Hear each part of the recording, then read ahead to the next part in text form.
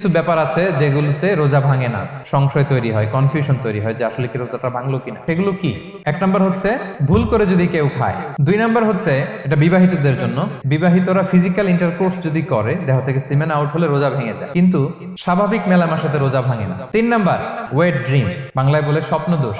ঘুমের মধ্যে এমন কিছু দেখলেন ফলে আপনার সিমেন আউট হলো, আপনার রোজা ভাঙবে না, শুধু আপনি ঘুম থেকে উঠে ফরজ গোসলটা করে নিলেই হবে। চার নাম্বার হচ্ছে ব্লাড টেস্ট, ব্লাড টেস্ট করলে রোজা ভাঙে না। পাঁচ নাম্বার হচ্ছে অনিচ্ছাকৃত বমি। ছয় নাম্বারে নোজ ব্লিডিং, নাক দিয়ে রক্ত ঝরলে মানুষের রোজা ভাঙে না, আনলেস যদি অনেক বেশি অ্যামাউন্টের হয়, আপনি ক্লান্ত হয়ে পড়েন, তখন তো আপনি রোজা ভাঙতে পারেন। সাত নাম্বার রোজা রেখে দাঁত ফেলতে পারবো কিনা, দাঁত ফেললে যে রক্ত বেরোয় এতে রোজা ভাঙে না। আট নাম্বারটা হচ্ছে ইনজেকশন, রোজা রেখে ইনজেকশন দেওয়া যাবে কিনা। কিছু কিছু ইনজেকশন দেওয়া যাবে, কিছু কিছু দেওয়া যাবে না। কোনগুলো দেওয়া যাবে না?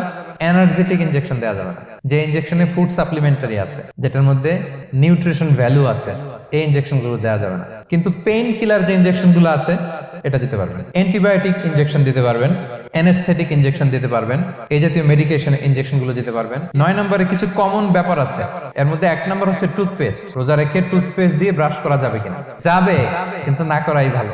আই ড্রপ দেওয়া যাবে। এরপরে ডায়াবেটিক পেশেন্ট যারা আছে তারা ইনসুলিন দিতে পারবেন, এত রোজা ভাঙে।